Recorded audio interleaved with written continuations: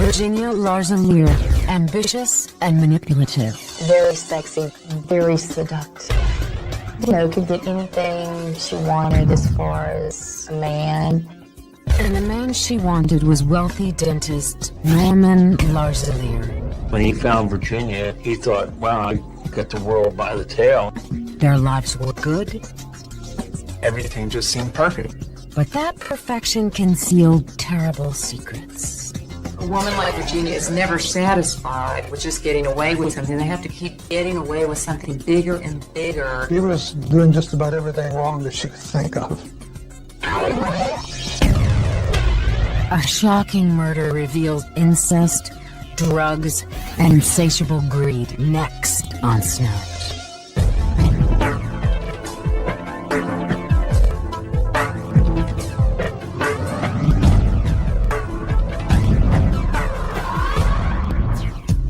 Virginia Larzalier grew up poor in a small town in Central Florida. My mom was raised in Polk County, Florida. Polk County sits right in the middle of the state of Florida.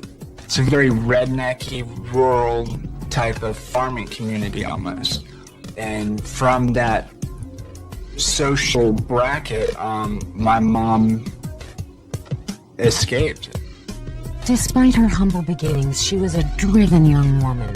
From an early age, she was determined to get everything she could out of life. Virginia seemed to have an unusual drive to succeed, to achieve the things she wants, or to work towards whatever she saw as rewarding at the time. But a strong work ethic wasn't the only weapon Virginia had in her arsenal. Very sexy, very beautiful, very seductive. Could get anything she wanted as far as a man. Virginia was described by a lot of people as loving and fun and carefree. She had this ability to kind of push people's buttons, and people seemed to want to do what she wanted them to. And by the time she was in her 30s, Virginia had pushed a lot of buttons. I believe she was married like 4 or 5 times. Someone with these traits, she would meet a man and he may fulfill her needs at one moment, but when that person no longer fulfilled those needs, she would then move on to someone else that might. But in 1985 in Edgewater, Florida, Virginia met the man who would change her life forever. He was a dentist named Norman Larzalier. To Virginia, he was simply Mr. Right. My mom and Dr. Norman Larzalier met when I was in 5th grade, and they fell in love head over heels. He had a reputation of being just very gentle, quiet. You could feel his compassion when he worked on you. But it wasn't necessarily Norman's compassion that attracted Virginia. He had good practice. He was well known in the community. He was established. He had a lot of real property. It would be normal that you would be attracted to someone like that. And it was just as normal that he would fall for someone as outgoing and attractive as Virginia, even though he was married at the time.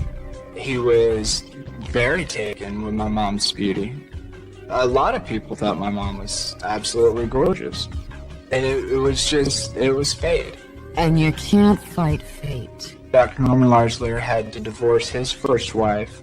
And then, they were divorced maybe a month, 2 months, and he turned around and married my mom. As Mrs. Norman Larzalier, life was good for Virginia. Not long after they were married, Norman even adopted Virginia's 2 children, Jason and Jessica. He did love those kids. He did things for them. So, he had a really good aura. Soon Norman and Virginia were busy with more than just a happy family. They also became business partners in Norman's dental practice. She brought the best out of Norman Larzalier as it related to business. Norman had the professional ability to earn income, and Virginia had the ability to manage the income and build an estate for him and the family. Every day they worked side by side in the dental office. Norman was more concentrated on the medical practice. Virginia was concentrating on the business of the office.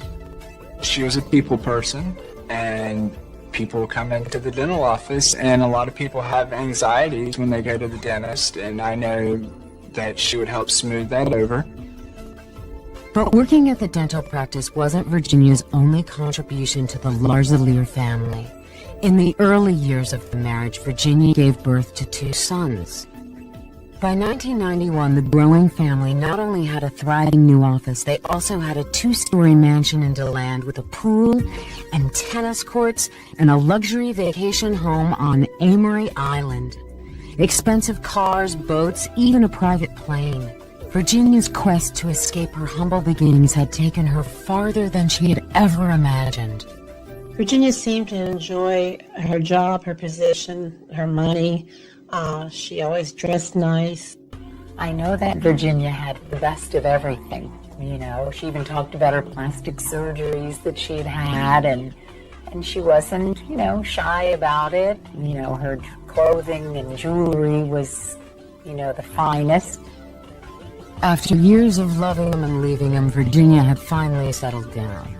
But would it last? Not on your life. Or more specifically, not on Norman's. In the spring of 1991, Virginia and Norman Larzalier had been married almost 6 years. They were rich, healthy, and seemed to be happy. Life was good. Maybe too good. We did what we wanted to. We went where we wanted to. We were planning on going to Australia. We had already been to the Virgin Islands.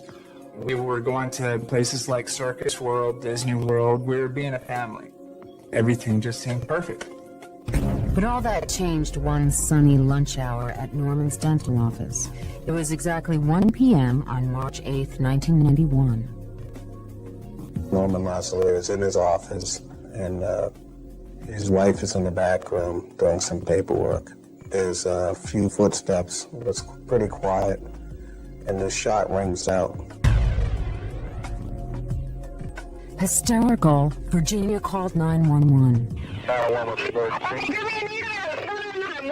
What's the problem, man? Somebody what? All right, calm down, man. I need your help. All right, calm down. When the EMTs arrived on the scene, it was clear that nothing could be done. Dr. Norman Larzalier was dead. But why would someone want to kill the lovable dentist from DeLand? To answer that question, police would have to wade through a swamp of bizarre allegations, including kinky sex, incest, drug dealing, and murder.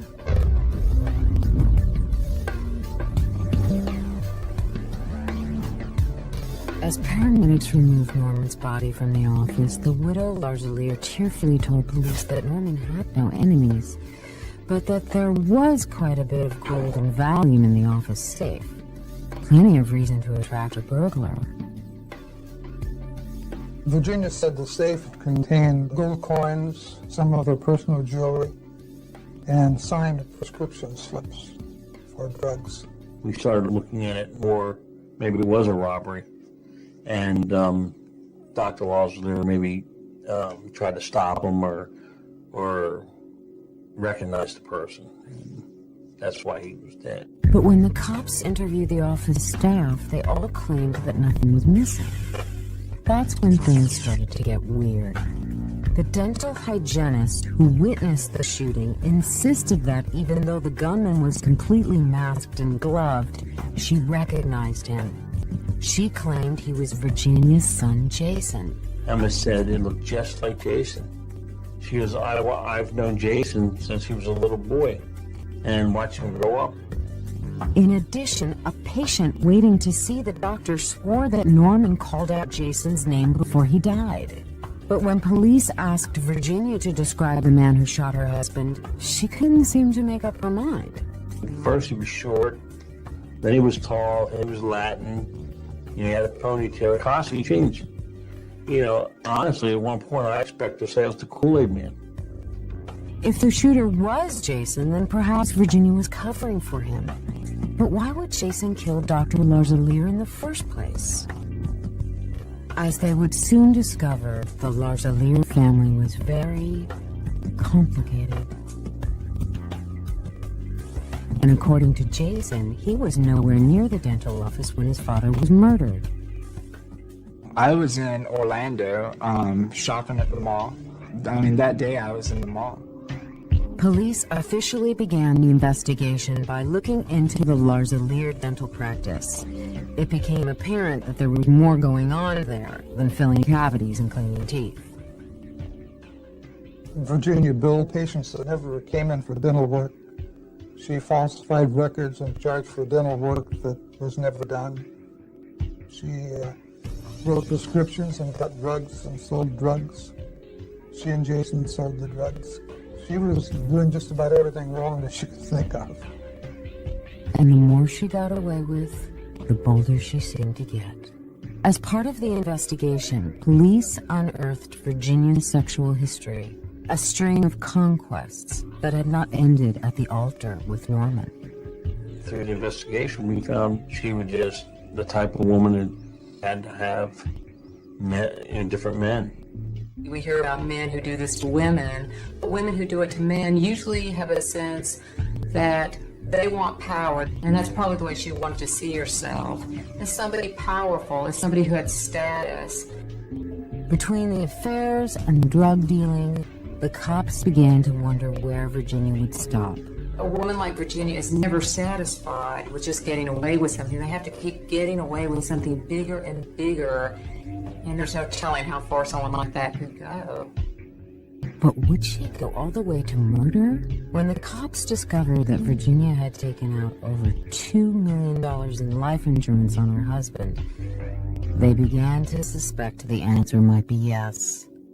Then, as the investigation worked its way into the Larzalier home, the case took on another twist. It came when the police brought the Larzalier's helper, Steve Heidel, in for questioning. Stephen Heidel was someone that I had met in Orlando, and he just ingratiated himself. So it wasn't before too long that, sure, he was getting a weekly check for picking up dry cleaning, for doing whatever. Heidel gave the police a crucial piece of evidence, the murder weapon. We kept interviewing him. Finally, he ended up telling us that the shotgun they put in concrete, and Stephen Heidel drove up to Pelser Creek up near Jacksonville and threw the gun over, and we relocated the gun. Heidel claimed he got rid of the gun at Jason and Virginia's request. But police noticed something very curious about Heidel.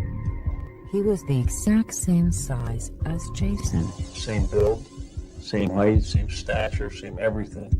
When the cops interrogated the Larzalier's housekeeper, Kristen Palmieri, she corroborated Steve Heidel's version of events.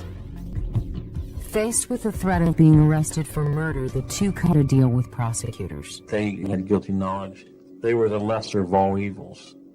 So we had to utilize them so we could get Virginia and Jason. On May 5th, 1991, both Virginia and Jason were charged with first-degree murder in the death of Norman Larzalier. I heard that I was being looked at as a suspect when I heard that there was an arrest warrant out there with my name on it. And I turned myself in. She surrendered, and in the state of Florida, there is no bond, so she remained incarcerated until her trial. The question was, did Virginia and Jason kill Norman? Or had they been double-crossed by the help?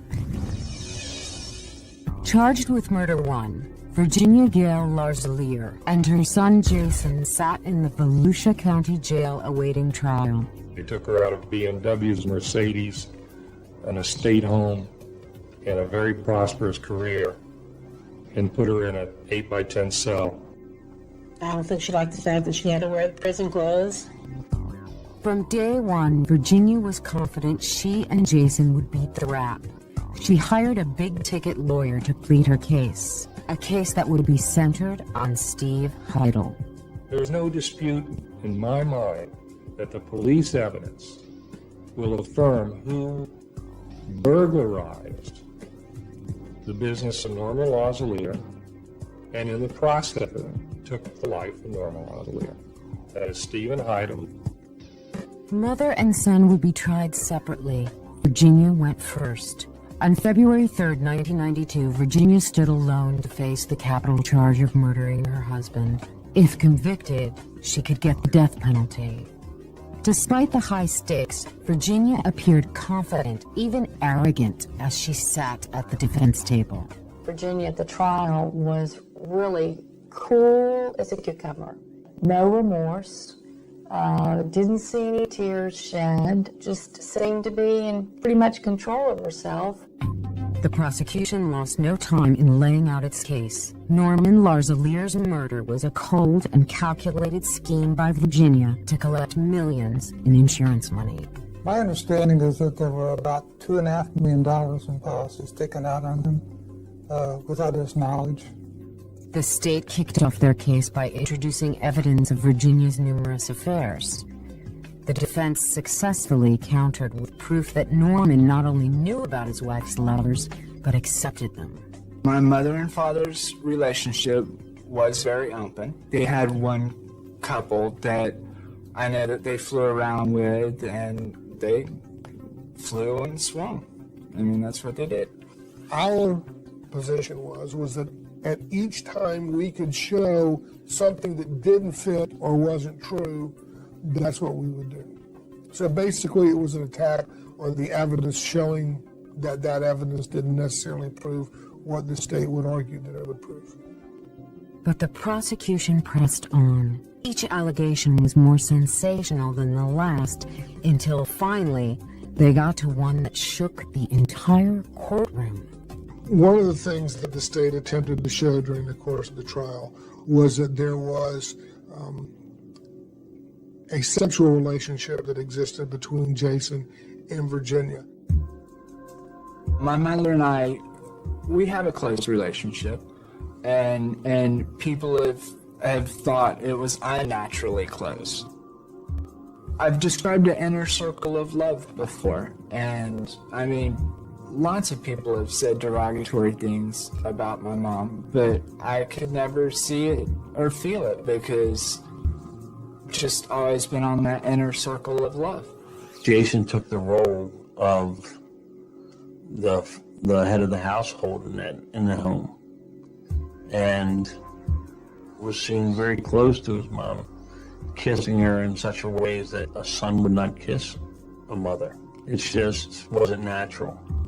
The prosecution claimed that using sex to get what she wanted was a tried and true MO for Virginia, and she had used the ploy on her own son to get him to kill Norman.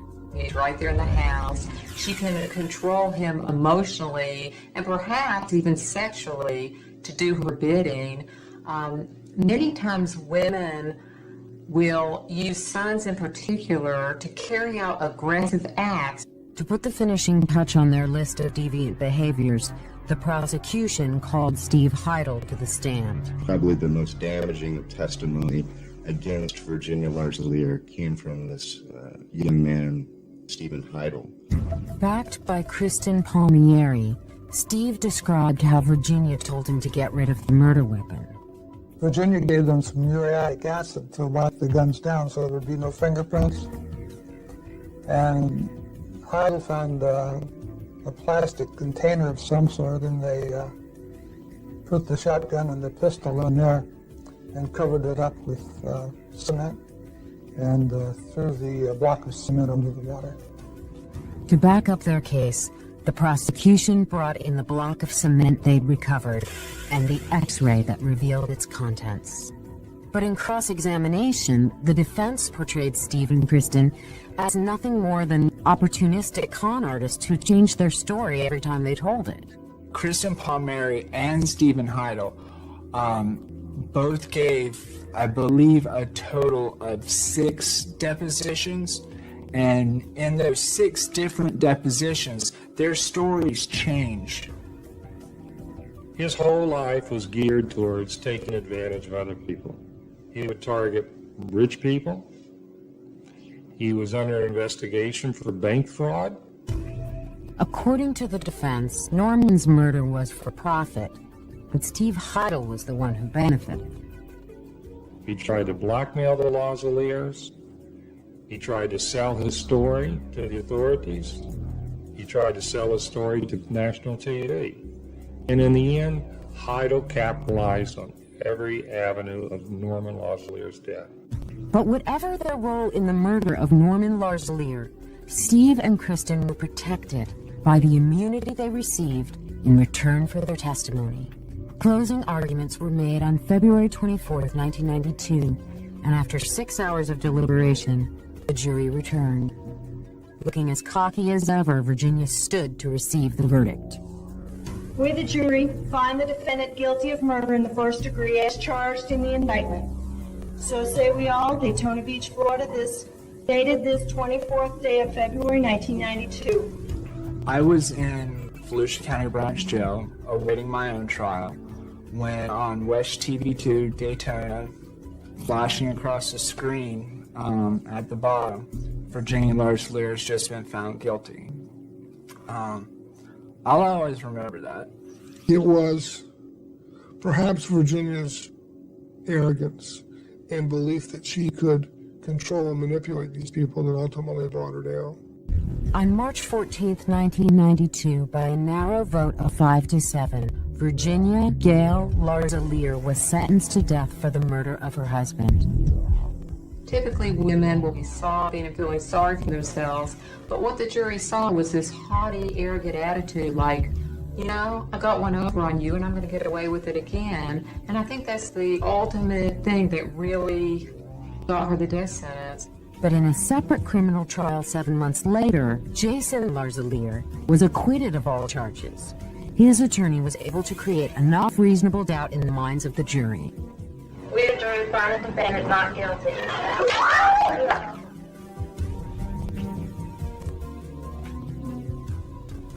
I think Bill Lasley, which was his attorney, he threw enough doubt that it could have been this biker, it could have been, you know, the, I don't know, postman, it could have been anybody but Jason, and they believed it. I've been asked a lot of times, did I kill my dad? No, I did not.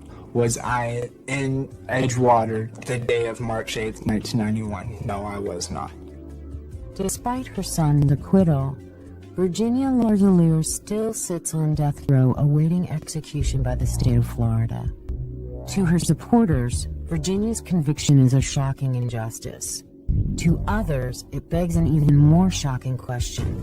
Maybe she didn't do it for the money at all. Perhaps Virginia, got excited or got some excitement in her life from some of these smaller rule-breaking situations, and each time she kind of upped the ante a little bit. It's kind of like addiction to a drug. A little bit works at first, and then each time you need a little bit more to get that rush.